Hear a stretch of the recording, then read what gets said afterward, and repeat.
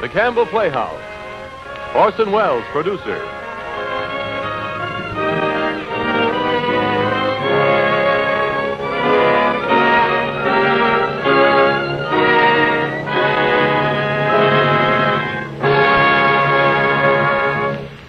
Good evening. This is Orson Welles. Our offering tonight, the celebrated dinner at 8, is, among other things, an object lesson for the overwhelming number of people who believe that dinner, preferably to be called supper, and primarily a meal to be eaten at the close of day for the purpose of sustenance against hunger, is to be shared, except on rare occasions, only with the members of their intimate family. George S. Kaufman and Edna Ferber, however, setting their play in the semi-rarefied atmosphere of the semi-upper circles of New York society, have preferred to deal with dinner as an almost unimportant part of a weird social proceeding that can't be known as a dinner party. Actually, we're never shown the dinner in Dinner at 8.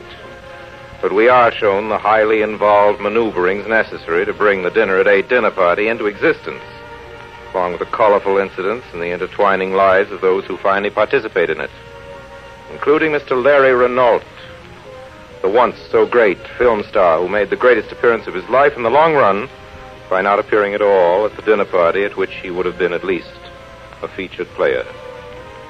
Our guest stars tonight are 3. Marjorie Rambeau, Hedda Hopper, and Lucille Ball. Miss Hopper, of course, was a distinguished actress before ever she branched out into her present combination career of acting and columning. Miss Lucille Ball is the beautiful and talented young lady whose position in Hollywood is becoming increasingly more important. And Marjorie Rambeau, certainly one of the first talents of the theater, is now carving out for herself a new career in motion pictures, recently cemented by her thoroughly brilliant performance in Primrose Path.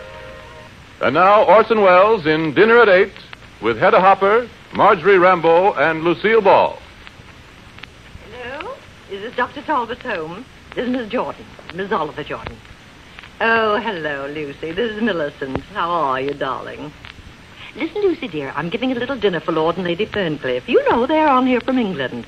I want you and the doctor to come. A week from tonight, Friday. I'm only asking a few people whom I know they'd like. I'm inviting you informally like this because the time's so short, and anyway, it's only a small dinner. Yes, that's right. Friday the 23rd at 8 o'clock. Oh, that'll be fine. Goodbye. Oh, Gustav. Yes, madam. Mr. Jordan and I will be out to dinner. I don't know about Miss Paul. I'll have to ask her. Hello, darling. You're up early. Hey, Gustav, you must see that my coffee's warmer than this. Very good, madam. We could have had breakfast together if I'd known, unless you think people might talk. You'll be home early, won't you, dear? The way business is, I might just as well not leave home at all. Oh, Oliver, did I tell you I've got the Ferncliffs? What? Lord and Lady Ferncliff, they get in this morning on the Aquitania. I sent them a radio last night, and they're coming to dinner Friday. Wasn't that bright of me? Yes, if you want the Ferncliffs. I know, just a small dinner. What do you think? 10's a nice number. Oh, fascinating number. Of course, it's terribly short notice. I thought I'd ask the Talbots, the Doctor and Lucy, the Ferncliffs, and you and I. That's 6. And your precious Carlotta Van. Carlotta? Would you like me to ask I her? haven't seen her since she came back. Now, let me see. I'll need just one more couple and an extra man. I think maybe Look here, dear. If you're looking for another couple, I wish you'd ask Dan Packard and his wife. Ask that woman to my house with the Ferncliffs? Millicent, dear, believe me, I wouldn't ask this if it weren't important to me. You know that. Packard's become a big man the last year or so. I don't want to go into details, but it's very important. Oh, Oliver. Morning. Good morning, What Paula. are you doing lolling about in boudoirs? What's become of the shipping business? Yeah, what I won't be indeed. home for dinner, Mother. Paula, what about this afternoon? I've got to go to the office. Paula, where will we meet? Millicent, you will invite the Packards, won't you? Oh, well, if it's as important as you say. Believe me, it is. Oh, well. Thanks. Drop you, Paula? Walking. Paula? Yes, Mother. Paula, I'm lunching at the Colony, but I can meet you. Oh, Mother, I can meet you this afternoon. I simply can't. Well, for a girl that's being married in 3 months, you're certainly casual. When do you expect to get things? If Ernest had any idea what... Ernest says I'm a flawless fiancée. Oh, by the way, what was all that about last night? What? Ernest called up this morning in a perfect dither. When you weren't up, he asked to talk to me. Oh, yes? Did I know how you were feeling, and were you any better? He said he brought you home at 10 last night with a terrible headache. Yes, I did have, but I'm quite all right now. I distinctly heard you come in at 4 this morning. Well, I went out again. I took 3 aspirin and my headache vanished, and there it was only 11 o'clock, and Liz called up and said there was a marvelous party going on. So I went out again. Well, I hope you've got charm enough to explain that to Ernest. Where was the party? Oh, around. We went over to 21. 21. Always 21. Hello, Aunt Hattie. Someday I'm going to find out what goes on at 20. Yes, and at 22, too. Mother, I've just got to run. Oh, all right, but I insist that tomorrow you'll take... All right, tomorrow. Bye, Mother. Bye, Aunt Hattie. Bye. Did the Ferncliffs accept? Oh, I got that cable this morning. How many are you having? Only 10. 10's a good number. Oliver insists upon asking those packets, those awful packets. Oh, some business thing or other.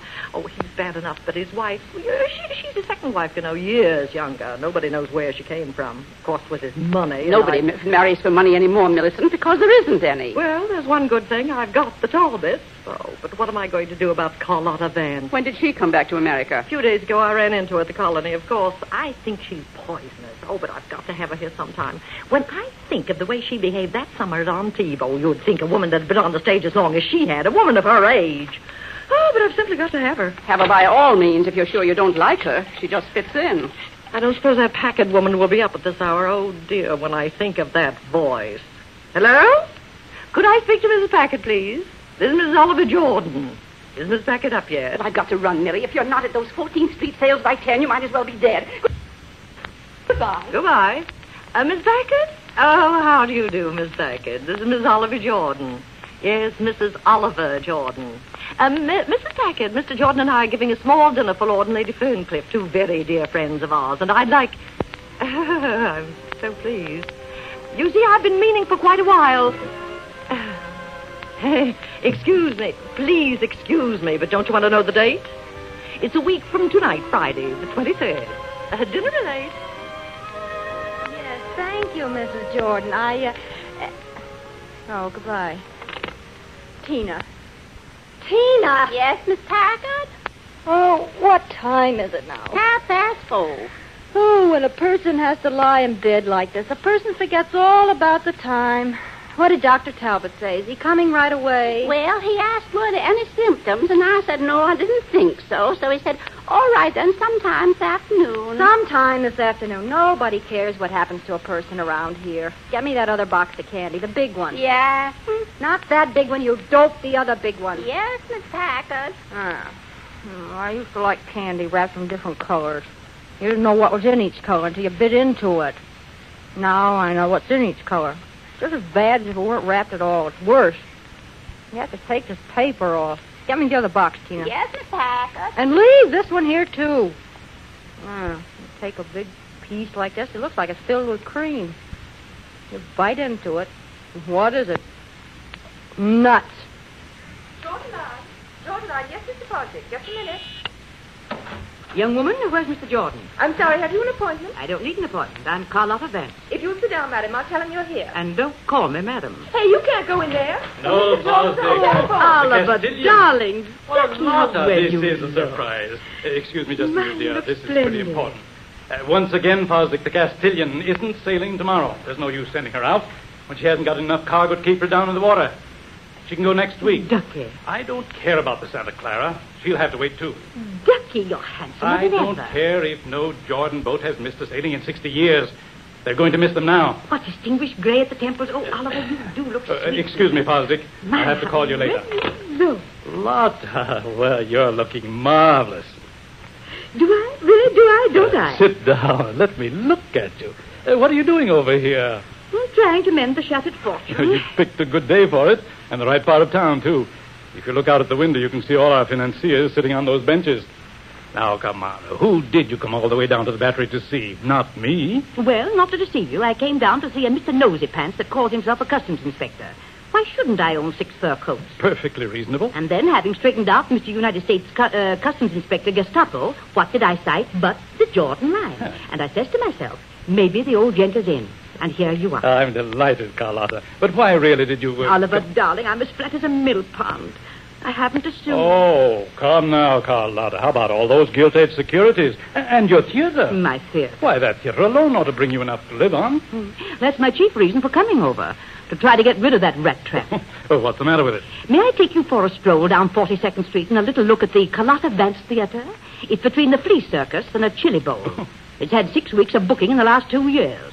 Special matinees of a Greek actress named Maria Coriopenis playing Sophocles, How Are You, in the original Greek. That filled a long felt want. 5 months later, they sucked in a little gem entitled Papa Love Mama. 3 days. This season, they haven't taken the lock off the door. It's now known as the Spider's Rendezvous, but you can't collect rent from them.